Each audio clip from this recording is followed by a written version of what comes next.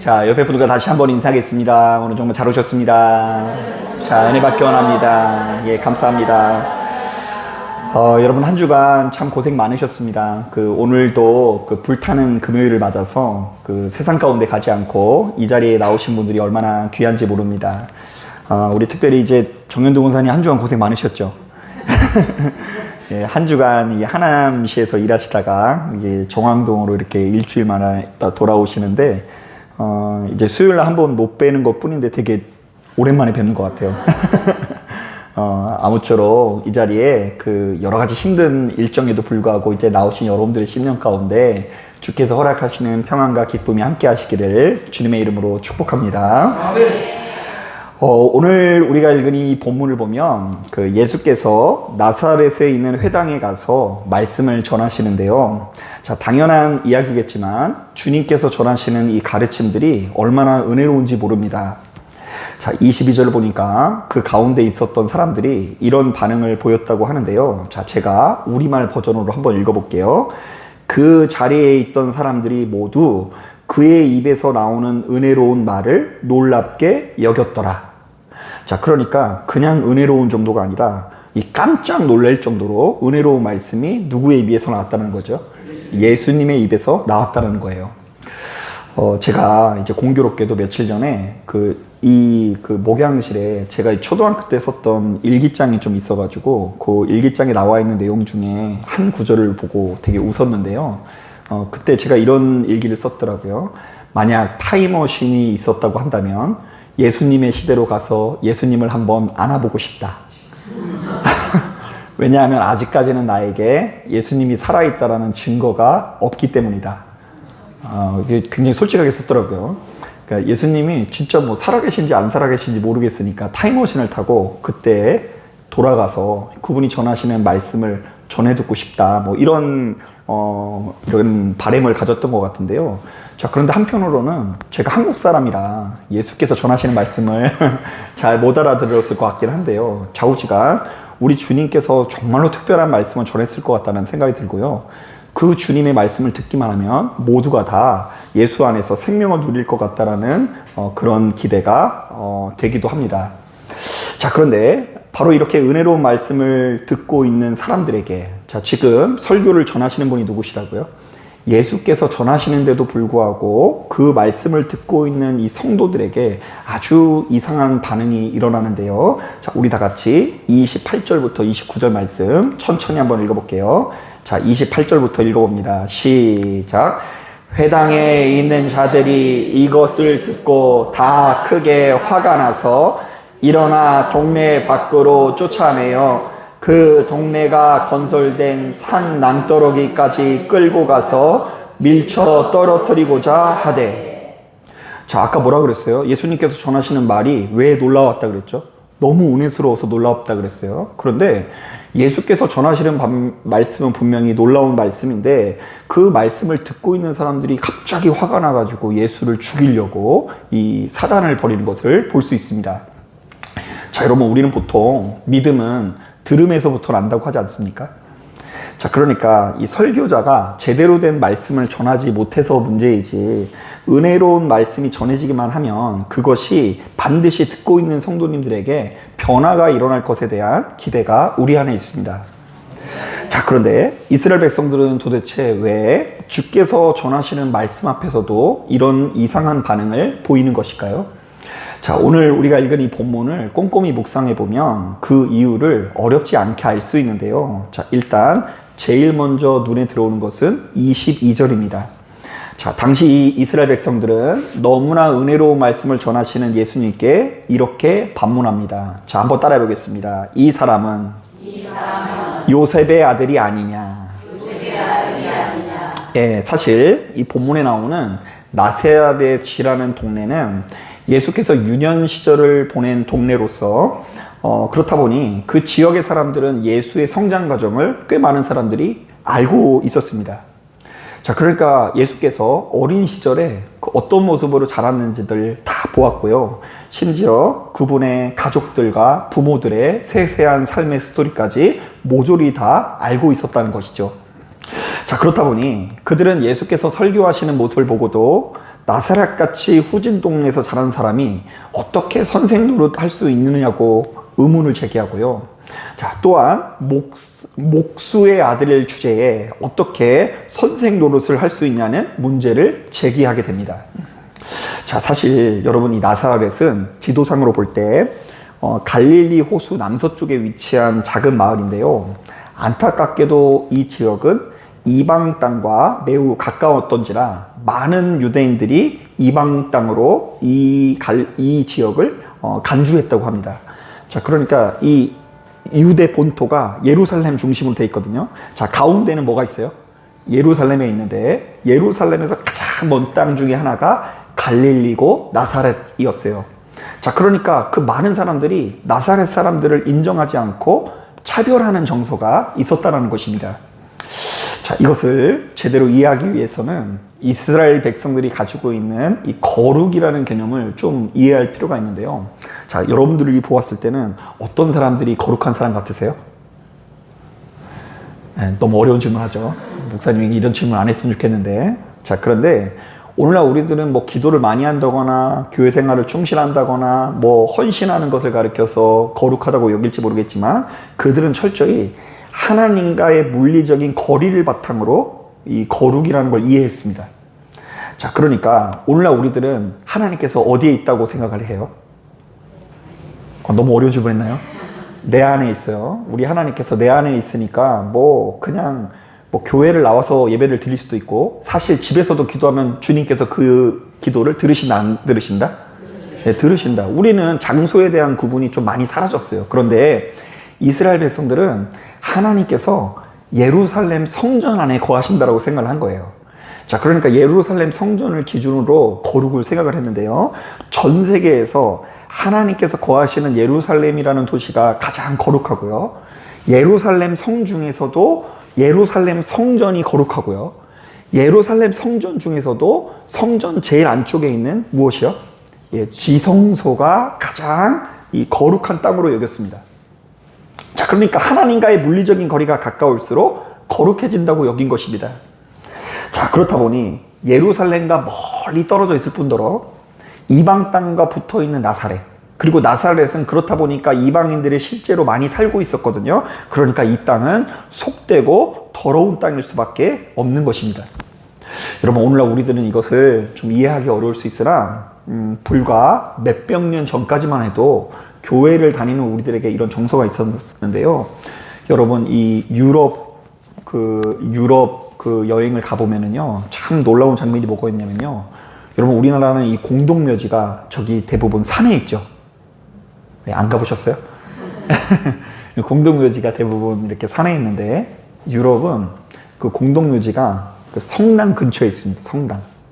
그래서 이제 성당을 기점으로 가까우면 가까울수록 비싼 자리고요. 그리고 성전 안에 죽으려면 그냥 죽을 수가 없어요. 그 굉장히 높은 사람이 아니면 그곳에 죽을 수가 없습니다. 그 성전에서 멀면 멀수록 이거 굉장히 싸고 볼품없는 묘지인데요. 왜냐하면 성전이랑 가까워지면 가까울수록 이 사람은 어디 간다고요? 예. 아무리 나쁜 짓을 해도 이 천국을 간다는 믿음이 있어가지고 유럽만 하더라도요, 이 귀족들이 어떻게든 전 재산을 바쳐서라도 성전 근처, 그 교회나 예배당 근처에서 죽는 것이 굉장히 큰 소망이었다고 합니다. 자, 그러니까 뭐 이런 사고를 가지고 있는 이스라엘 백성들에게 나사렛은 굉장히 이 천시 받을 수밖에 없는 땅인 것입니다. 자, 더군다나 이 나사렛은 대부분의 주민들이 올리브 농사를 지었거든요. 자, 그런데 올리브 농사를 짓는 사람이 글자를 알 필요가 있어요, 없어요? 없어요. 더군다나 우리는 세종대왕한테 감사해야 돼요. 누구든 맘먹고 앉아서 일주일만 공부하면 글 읽는 게 어렵지 않은데, 저도 그 히브리어, 헬라어 공부하다가 진짜 너무 화가 났거든요. 특히 이제 히브리어 같은 경우에는 모음이 없어요. 그래서 이제 뭐 예수님 같은 경우를 이응, 시읒, 니은으로 표기를 하는 거예요. 그러면 여러분 이걸 가지고 시험 보면은요, 이 머리가 막 곤두섭니다. 그러니까 대부분의 사람들이 글자를 배우기가 어려우니까 그냥 올리브 농사만 지었고요. 그렇다 보니 그곳에는 제대로 된 성경 문서도 없었어요. 그냥 앞에 있는 그 랍비라는 사람이 전해주면 그냥 하나님의 말씀인가 보다 하고 듣는 거지 이 문서라는 것이 없고요. 그렇다 보니 그 성경을 풀어줄 수 있는 탁월한 선생님도 찾아보기가 어려웠습니다. 자, 그러니까 바로 이런 시골에서 자란 예수님께서 더군다나 생애의 대부분을 몫으로 사셨다는 것을 동네 사람들이 알아요, 몰라요? 알고 있는데 이런 상황 속에서 예수께서 아무리 좋은 설교를 해도 그들은 좀처럼 마음을 열 수가 없다라는 것이었죠. 여러분, 문득 이 말씀을 준비하다가 떠오르는 것이 있는데요. 제가 여러분들에게 몇 번 말씀드린 적이 있는데 그 심리학적인 용어 중에 그 후광 효과와 악마 효과라는 것이 있습니다. 자, 이것은 뭐냐면 뭐 쉽게 예를 들면 이런 거예요. 어떤 사람이 춤을 막 추는 거예요. 하루 종일 춤을 춰요. 막 춤을 추고 막 신나게 놀아요. 그런데 그 사람이 만약에 서울대 다니는 사람이라 그러면 뭐라고 하죠? 저 사람은 춤도 잘 추고 공부도 어떻다고요? 아, 잘한다. 그래서 춤추는 게 굉장히 좋은 일이에요. 이게 후광 효과예요. 서울대라는 후광이 있어가지고 이 사람은 춤도 잘 추고 공부를 잘하는 거예요. 그런데 맨날 학교도 안 나가고 당구장 막 얼쩡거리고 그리고 친구들이랑 싸움박자 하는 애가 맨날 춤만 추면은 저거는 공부도 못하는 놈이 뭐만 추고 다닌다 그러죠. 예, 춤을 추고 다닌다라고 이야기하는데 이게 악마 효과입니다. 뭐 이 사람이 뭐 범죄를 저질렀거나 이 사람이 평상시에 나한테 찍혔어. 그러면 하는 것마다 마음에 안 드는 효과가 악마 효과예요. 자, 그런데 여러분, 우리가 눈앞에 보이는 환경과 조건에 지나치게 집중하면 바로 이렇듯 눈과 귀가 멀어질 수밖에 없는 거예요. 자, 우리가 자꾸 학벌 하면서 살면 예수님을 보고도 뭐가 걸리죠? 학벌이 걸릴 수 있고요. 또한 자꾸 출신 하면은 예수님을 보고도 뭐가 걸린다고요? 그 출신이 걸리는 겁니다. 자, 실제로 당시 시대 가운데 그래서인지 예수를 알아보는 사람들은 하나같이 당시 시대 가운데 비천한 사람들이었어요. 자기 자신이 내세울 것이 없으니까 타인을 볼 때도 내세울 만한 것들을 보지를 않아요. 그러니까 다 비천하고 막 창기들 그리고 손가락질 당하는 뭐 세리들 뭐 이런 사람들만 예수를 따르게 되는데 자기 자신에게 자신이 없으니까 예수님한테도 별로 따지질 않아요. 하지만 당시 시대 가운데 힘 있는 자들이나 부유한 자들은 주님의 말씀을 제대로 듣지를 못해요. 왜냐하면 자기에게 내세울 것이 많다 보니까 다른 사람을 볼 때도 내세울 만한 것이 있는지 없는지를 보았고요. 그런 기준으로 보았을 때 예수께서는 너무 기준 미달이었던 거예요. 그래서 예수님의 말씀을 들을 수가 없었는데요.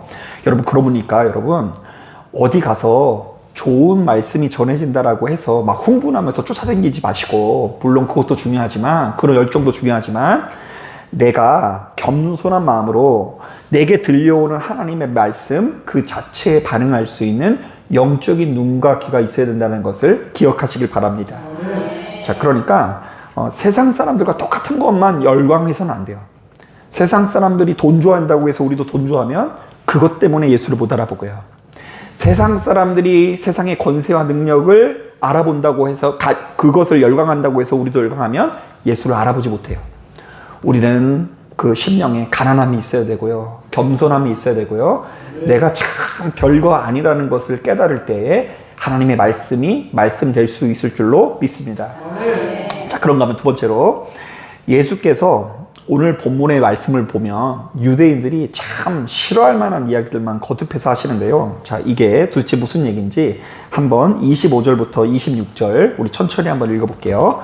자, 지금 예수님께서 싫은 얘기만 하고 계세요. 자, 25절, 26절 읽어봅니다. 시작. 내가 참으로 너희에게 이르노니 엘리야 시대에 하늘이 3년 6개월간 닫히어 온 땅에 큰 흉년이 들었을 때에 이스라엘의 많은 과부가 일렀을 때 의뢰자가 그중 한 사람에게도 보내심을 받지 않고 오직 시돈 땅에 있는 사렙다의 한 과부에게 뿐이었으며. 자, 여기서 우리 사렙다의 한 과부에다가 이 밑줄을 그어야 되는데요. 이 성경은 사르밧 과부라고 하는데 똑같은 말이에요. 똑같은 말인데 여러분, 지금 그렇게 대단한 능력이 많은 엘리야가 살려준 사람이요, 유대인이에요, 아니면 이방인이었어요? 지금 엘리야가 유대인들을 고쳐준 이야기를 인용하고 있어요? 아니면 그 엘리야가 이방인을 고쳐주는 이야기를 인용하고 있어요? 예, 이방인을 고쳐줘. 그것도 지금 이 시돈 지방, 그 시돈 땅에 있는 이 사렙다는 이스라엘 백성들이 굉장히 혐오하는 땅이었어요. 그런데 그 혐오하는 여인을 엘리야가 고쳐준 것을 굳이 인용하고 있어요. 자, 이것만 하면 이제 그래도 넘어갔을 텐데 하나 더 인용을 해요. 자, 이스라엘 백성들이 싫어하는 말씀을 또 인용하는데요. 자, 27절도 같이 한번 읽어봅니다. 27절 시작. 또 선지자 엘리야 살 때에 이스라엘에 많은 나병 환자가 있었으되 그 중에 한 사람도 깨끗함을 얻지 못하고 오직 수리아 사람 나아만 뿐이었느니라. 자, 여기서 나오는 이 나아만 장군도 역시 의도적으로 유대인이 아니라 어떤 사람이었다고요? 예, 맞습니다. 이방인이었어요. 자, 그러니까 예수께서 하필이면 유대인들이 고침받은 이야기가 아니라 하나님의 권세와 능력으로 말미암아 이스라엘 백성들이 너무나 싫어하는 이 이방인들만 고쳐주신 이야기를 의도적으로 인용하고 있어요. 자, 여러분, 이게 왜 기분 나쁜 이야기일까? 자, 왜냐하면 그들은 지금 로마의 지배를 받으면서 모든 희망을 오로지 하나님에게만 걸고 있는 상태이기 때문입니다. 자, 사실 여러분, 객관적인 전력으로는 지금 이스라엘 백성들이 로마를 이길 수 있을까요? 없을까요? 예, 로마를 어떻게 이겨요? 이 지도를 보면 이 이스라엘 민족은 이 코딱지만 하고요. 로마는 그 지중해 전체를 다 먹었어요. 그러니까 이 싸움이 안 돼요. 자, 더군다나 로마의 군대는 세계에서 강력한 군대여가지고 이 당시 시대의 과학의 총결을산이었습니다. 과학부대였어요.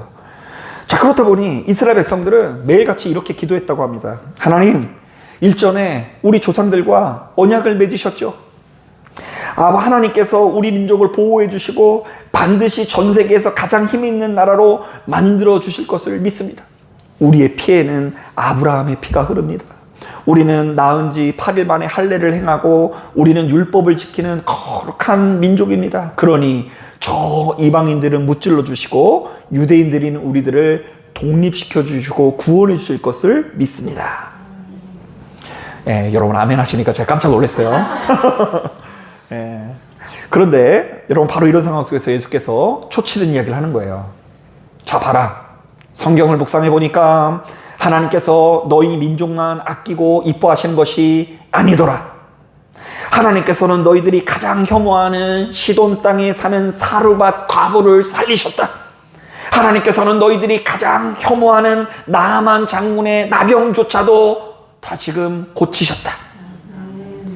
여러분, 가만히 보면 사람은 너무나 누구밖에 모르는 존재예요. 네, 더 전문 용어는 지밖에 모르는 존재죠. 자기라고 하셨는데 자기밖에 모르는 존재예요. 자, 그렇다 보니 여러분, 우리는 수시로 하나님이 나의 뜻대로 움직여주지 않으면 괜히 화가 날 수 있고요. 심지어 하나님께서 나만 사랑하는 것이 아니라 내가 싫어하고 꼴보기 싫어하는 사람도 아끼고 사랑한다라는 사실을 들으면 괜시리 마음이 차가워질 때가 생기게 되죠.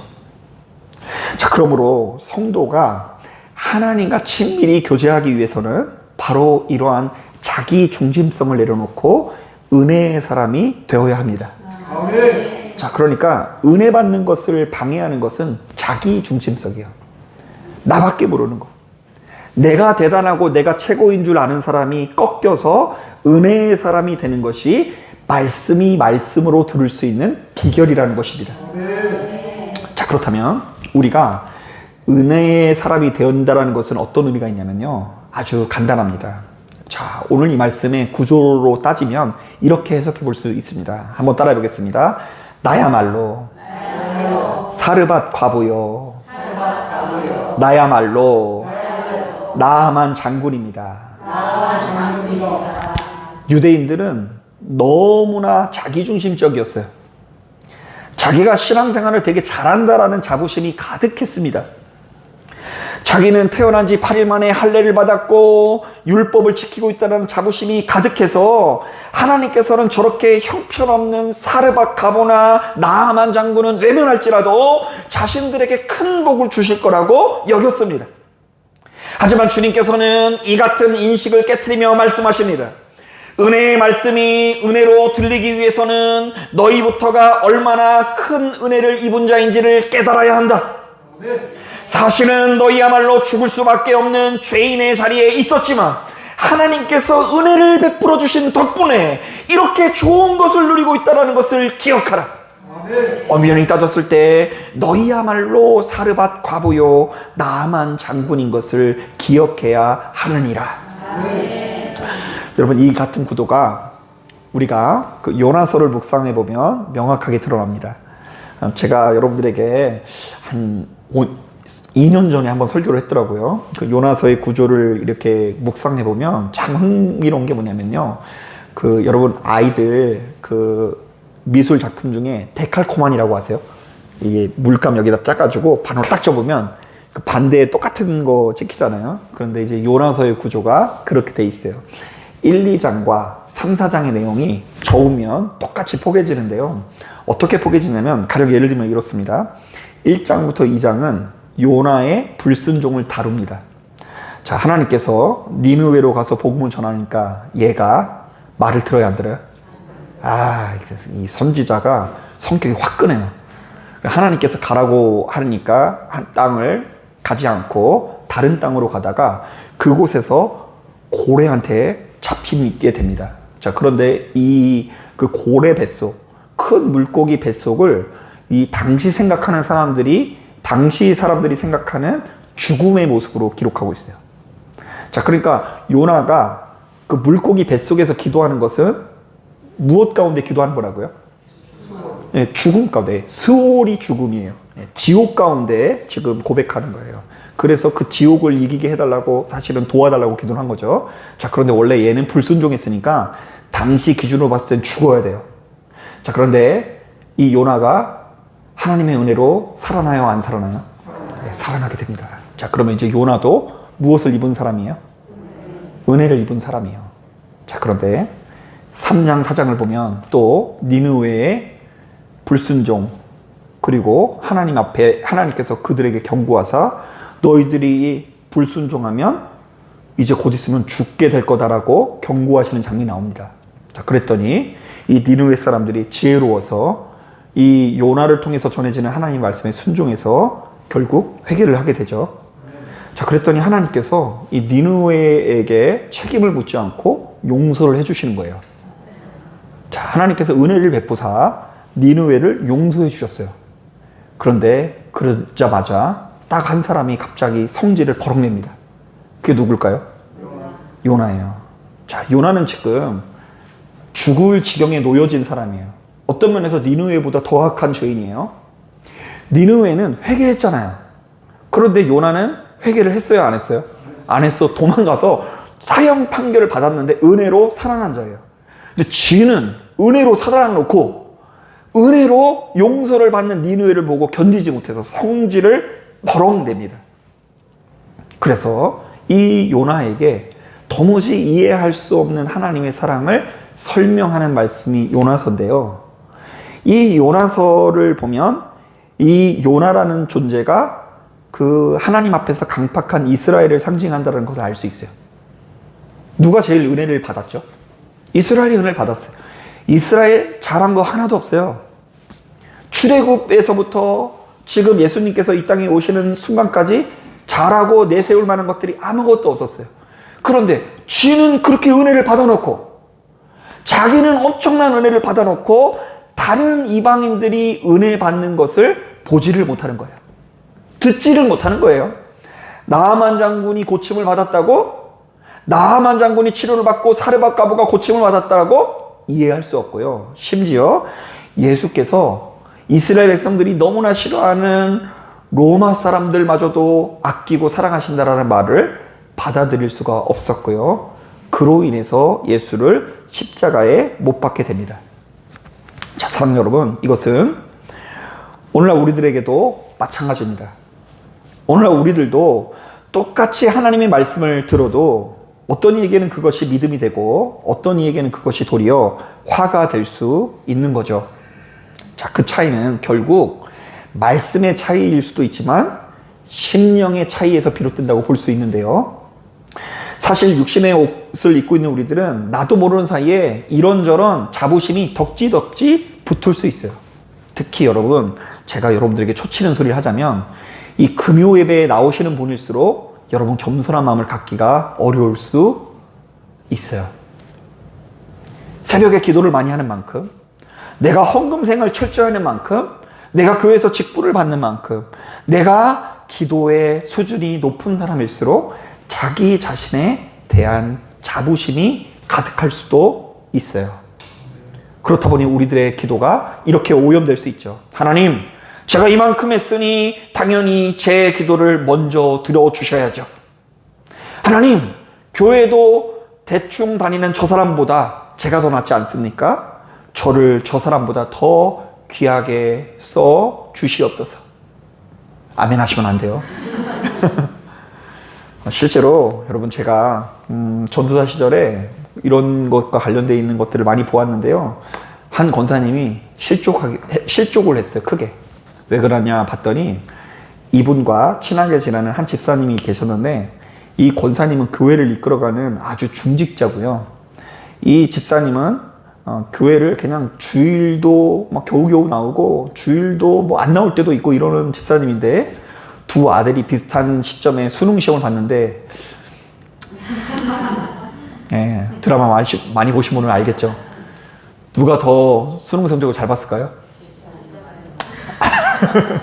기도를 그렇게 많이 하는 권사님 애는 막 그냥 대학을 별로 좋은 데를 못 가고, 얘가 좋은 데를 가니까 이분이 겉으로는 집사님 축하해 이렇게 얘기를 했는데, 속 구석으로는 그냥 부글부글 해가지고 그냥 십자가만 봐도 그냥 저절로 눈물이 나더래. 그 눈물은 기쁨의 눈물이 아니라 배 아픔의 눈물이고, 속상함의 눈물이고, 하나님께서 나를 외면한 것에 대한 눈물인 거죠. 여러분, 그러나 진짜 은혜를 아는 심령은 주변의 많은 사람들의 이 행복 앞에서 마음껏 박수 쳐줄 수밖에 없는데요. 은혜 있는 사람들은 그 사람이 대학을 잘 가면 박수를 칠 수 있다, 없다? 있다. 자, 있다. 왜냐하면 우리에게 이런 고백이 있기 때문입니다. 하나님, 저야말로 굶어 죽을 수밖에 없었던 사르바 과부였는데 지금껏 나와 함께 해주셔서 먹여주시고 입혀주시니 감사를 드립니다. 참 감사합니다. 내가 굶어 죽기 직전에 누구였다고요?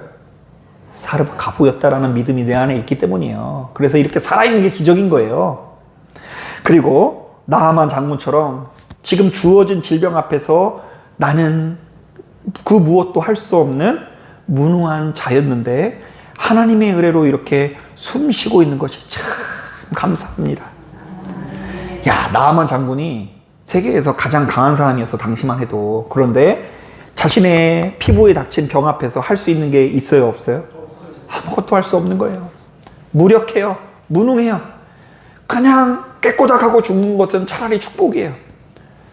육신이 아무런 감각 없이 조금씩 썩어가는 모습을 볼 때 얼굴의 생김새도 바뀌고 손가락도 사라지게 되고 자신의 몸이 시체처럼 병들어갈 때에 그의 마음이 너무나 큰 고통이 찾아왔을 거예요. 그런데 그런 나아만 장군 같은 자신에게 죽음이 아니라 하나님, 나를 여기까지 살려주시니 감사합니다라는 믿음의 고백이 있을 때에 타인이 좋은 대학을 가든 말든 나보다 잘 살든 말든 간에 마음껏 박수를 쳐줄 수밖에 없는 여유가 우리에게 생기게 된다는 것입니다. 여러분, 그러므로 결국 믿음 생활을 잘한다라는 것, 하나님을 잘 믿는다라는 것은 어떤 면에서 겉으로 드러나는 경건의 행위를 잘한다라는 것보다 자기 중심성을 꺾는다라는 의미가 있는 거예요. 네, 그러니까 여러분, 기도하는 이유는 높아지려고 하는 게 아니라 낮아지려고 하는 거, 낮아지려고. 음매 기사로 하려고 우리가 기도하는 것이 아니라 음매 기죽어, 죽어지기 위해서 지금 이 자리에 나온 것입니다. 지금 전해지는 이 말씀도 마찬가지입니다. 여러분, 우리도 여러 가지 연약한 게 있을 수 있죠. 여기 딱 보니까 여기 앉아 계신 분들 중에 저렇게 젊은 사람이 목회를 하네. 막 이렇게 하면서 막 그런 마음을 가지고 계시면 은혜를 못 받을 수 있어요. 이 교회 그냥 조금 해가지고 또 지상이 아니고 어디에 있다고요? 지하에 있네. 막 지금 방송 듣고 계신 분들 중에서도 그렇게 생각하시는 분들은 은혜를 못 받아요. 그런 것이 아니라 은혜로운 말씀 앞에서 하나님, 내가 굶어 죽을 수밖에 없는 사르밧 과부였습니다. 내가 썩어 문드러질 수밖에 없는 하나님 나아만 장군이었습니다. 이 믿음의 고백을 하는 사람에게 하나님의 말씀이 들어가서 30배, 60배, 100배로 열매 맺는다는 것을 믿으시는 저와 여러분들이 되기를 주님의 이름으로 축복합니다. 자, 기도하겠습니다.